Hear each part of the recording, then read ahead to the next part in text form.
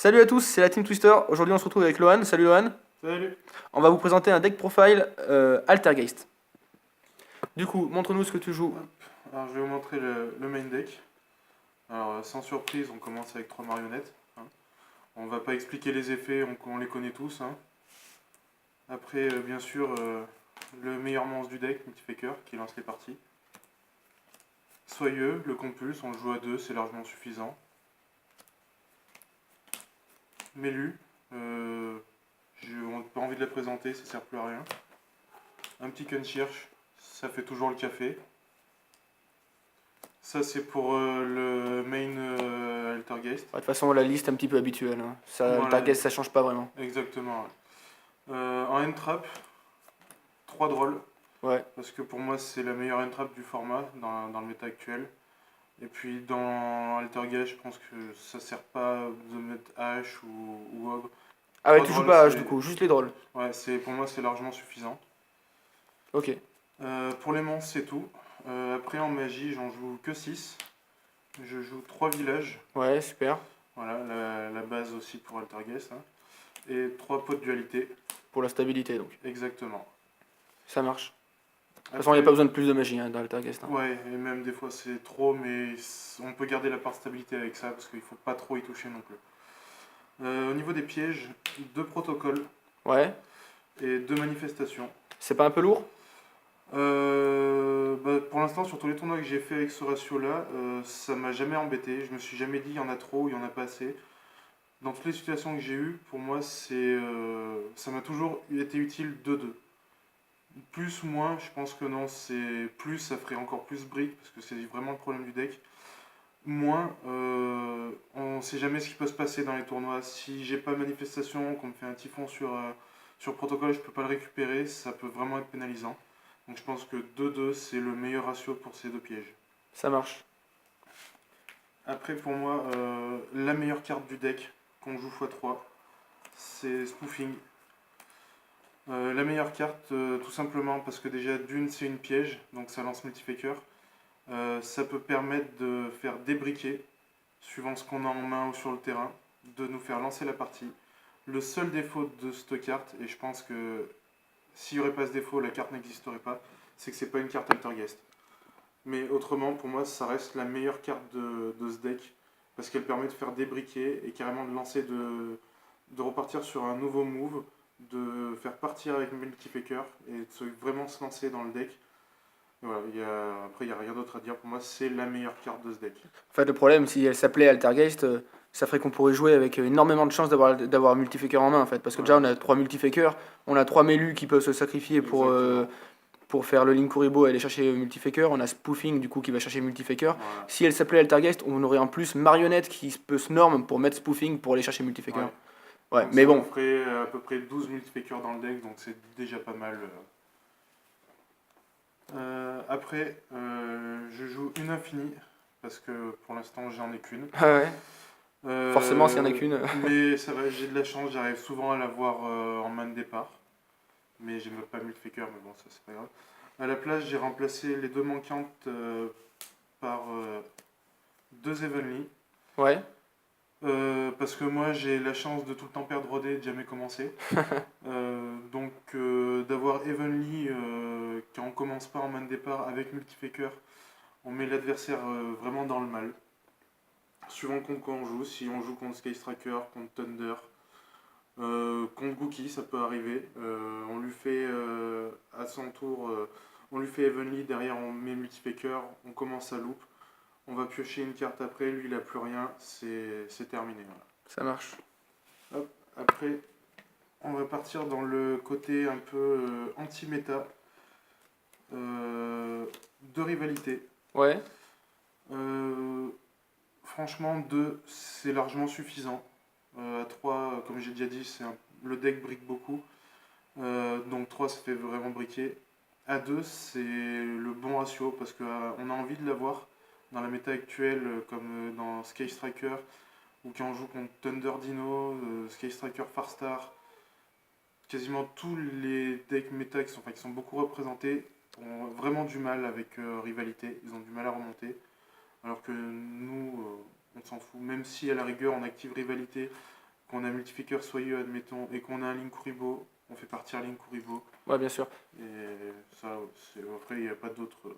Les seules situations en fait qui vont être gênantes, c'est quand on va faire de la Mélu pour Linkuriboh Ouais. et qu'on n'aura pas d'autres magiciens sur le terrain. Voilà, si on a que rivalité sur le terrain, on ne pourra pas faire multifaker, quoi. Voilà, c'est ça, mais bon. Mais bon, en général, c'est super rentable. Ouais. Après, pour continuer dans l'anti-méta, 3 Kohu. Ouais, bah excellent, hein. Alors avant, on hésitait à la jouer parce qu'il y avait le FTK avec danger. Firewall est touché, va y avoir sûrement d'autres FTK, on en parlait déjà, mais il n'y a plus avec le danger pour l'instant, donc on peut la remettre en main, surtout dans ce deck-là, c'est encore gratuit pour multifaker. Il n'y a pas grand-chose à dire de plus sur cette carte. Qui est C'est vraiment super, très, c'est très super forte. efficace contre Thunder Dragon en plus, quoi. En plus, oui. Après, un petit ordre impérial. Ça fait toujours plaisir quand on le met contre Sky Striker ou même contre un Thunder Dino qui a une fait pilule et qu'il n'a pas le twin en main. Voilà, ça reste ordre impérial, même si c'est limité à 1, ça reste super fort. Et après, le petit package Judgment avec 3 strikes. Ouais, toujours efficace, hein. Voilà. Ça m'est arrivé dans un tournoi à Saint-Etienne de faire Judgment à la 3ème, à 3 minutes avant le time. J'ai payé 4000, ça m'a fait la game derrière. Donc ça reste super fort. Strike, c'est pareil. Ça négate un effet de monstre. Notre méta, elle est basée sur les effets de monstre. Donc c'est un coup de payer 1005, mais si derrière on a la main, le terrain, on a le contrôle, ça nous fait game. Voilà. Ça marche. Du coup, tu nous montres ce que tu as dans l'extra deck? Ouais, alors dans l'extra deck, il y a la base, un petit Linkuriboh, avec 3 Extia bien sûr. Pour moi, c'est les seules cartes que depuis que je joue le deck, j'ai joué que ça. J'ai que ces monstres-là que j'ai invoqués de. Ah, t'as jamais fait rien d'autre que Exter? Extia et Linkuriboh. Ça marche. J'ai Ouais, bah, jamais eu besoin de faire d'autres monstres. c'est pas le target qui sert le plus de l'extra deck, effectivement.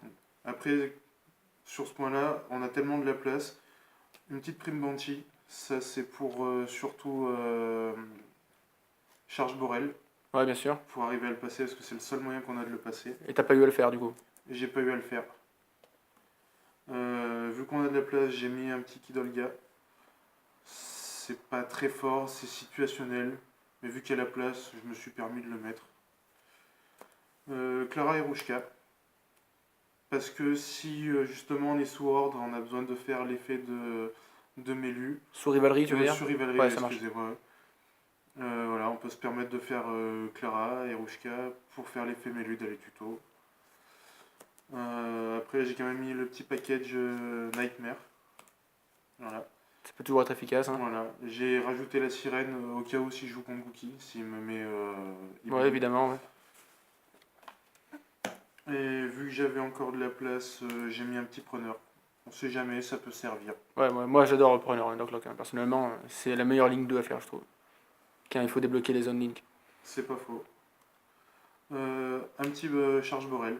Ouais, C'est dur à caler dans le Targas, mais c'est sûr que c'est pas évident, hein. si on arrive à le caler, franchement, c'est que la partie était déjà pliée avant. Puis ça permet d'avoir une out en plus à Borlode, justement. En plus, oui. Et puis, ça permet aussi d'embêter un petit peu Thunder en lui piquant son titan ou son colosse. Ouais, Ça fait toujours plaisir. Après, il me restait 2 places. J'ai mis des cibles à Reaper. BA, parce que je trouve que BA, ça reste quand même assez fort. puis en avoir encore pas mal en ce moment, Ouais, hein. c'est de plus en plus représenté. Et j'ai mis Kagari. C'est une bonne cible à Reaper quand on joue contre SS. Le seul problème, c'est que même quand on l'a fait, SS n'est pas mort. Il continue à jouer. Ah, maintenant il a ayaté, hein. Il a IAT, et puis c'est un deck qui fait tellement de ressources. Dans un tournoi, j'ai fait Reaper sur Kagari. Ça l'a pas empêché de. J'ai pas réussi à gagner la manche où je lui ai fait Reaper. Ah, ça va quand même le ralentir un petit peu. Ça l'a ralenti, mais franchement, même si Altergeist c'est un très bon deck contre Sky Striker, ça reste vraiment le meilleur deck actuellement, et en plus le plus représenté. Ça marche. T'as un side à nous montrer?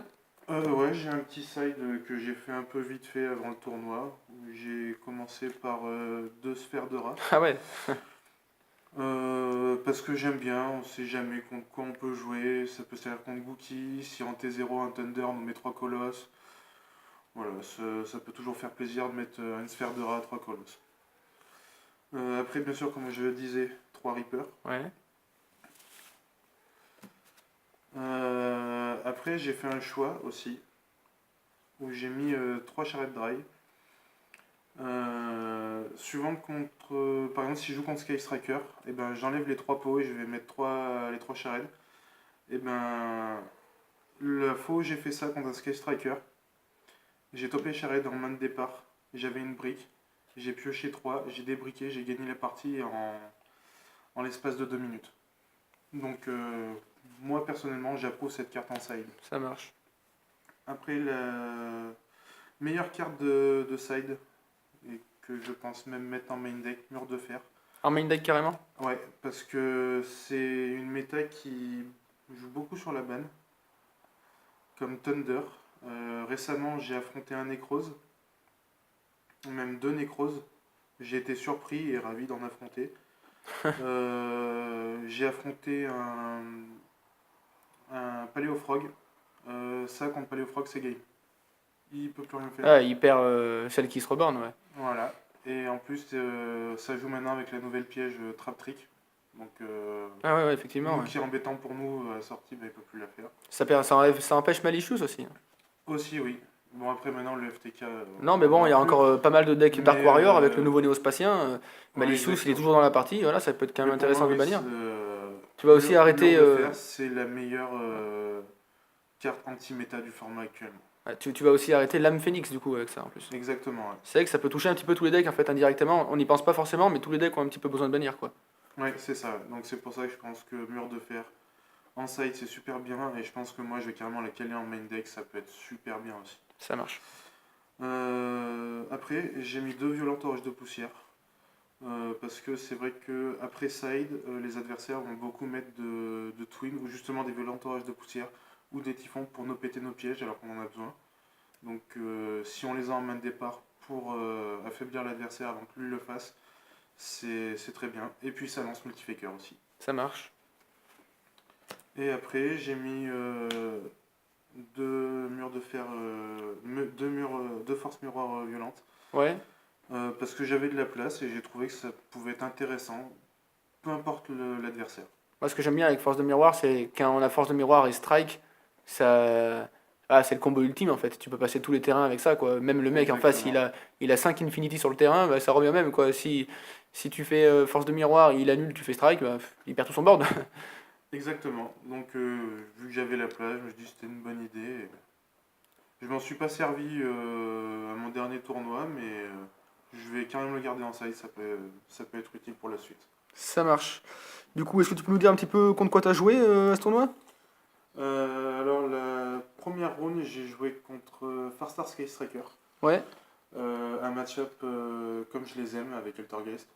Ah bah, Franchement, j'avais deux mains parfaites pour affronter ce deck. Ça n'a pas duré longtemps. Je ne l'ai pas laissé le temps de faire quoi que ce soit. Ça allait très vite. La deuxième, comme j'en parlais, j'ai affronté un Necrose.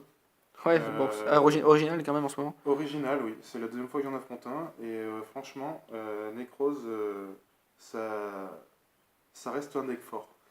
La première, je la gagne vite. La deuxième, c'est lui qui la gagne assez facilement. Et la troisième, elle était super intéressante. C'était des rebondissements, des situations qui faisaient que de changer. Je la gagne difficilement. Et c'était un super duel. Après, j'ai affronté Thunder Dino. Alors là, c'était aussi un super duel. Je gagne la première facilement, il gagne la deuxième facilement. Parce que la première, il brique, la deuxième, je brique. Donc ça, voilà. Et la troisième, super intéressante. On avait tous les deux quasiment, on pouvait utiliser le plein potentiel de nos decks. Et c'était celui qui avait les meilleures réponses. On connaît tous Altergeist, hein, on compulse, on strike avec protocole, avec Ouais. un strike. Thunder Dragon a vraiment beaucoup de problèmes hein, contre Altergeist. Hein. C'était compliqué pour lui. Il a quand même bien géré. C'était un duel super intéressant. En plus, on s'affronte souvent en tournoi, en playtest. On se connaît bien et on a senti que c'était vraiment tendu. Je gagne, j'ai de la chance aussi, il faut le dire, parce que j'ai pas briqué une seule fois du tournoi, à part la première contre le Thunder Dino. Et après, j'arrive à la dernière round contre Cosmo, encore surpris Finale contre Cosmo, donc. d'un choix de l'adversaire. Donc Destroyer, le retour de Destroyer va peut-être changer les choses. J'ai pas vu un Destroyer en 3 manches. Waouh. J'ai pas vu une Dark Lady. Ah ouais, donc la finale était pas bien dure, quoi. J'ai vu un Eclipser banni, mais il est resté banni. Pourtant, il a réussi à me mettre une manche parce qu'avec Melu, je lui envoie au cimetière Waking Dragon. Il me fait venir Borlode. Oh. J'ai pas réussi à invoquer moi Extia et Prime Bunchy pour le passer, donc j'ai concédé. Et après, ben, la troisième, hein, j'ai encore une main qui compulse, qui négate, l'adversaire peut pas jouer, et moi je me lance avec Multifaker. Ça marche. Et voilà. Ok. Eh ben merci beaucoup, Lohan, pour ce deck profile. Et ben, ravi. C'était la Team Twister. À la prochaine. À la prochaine.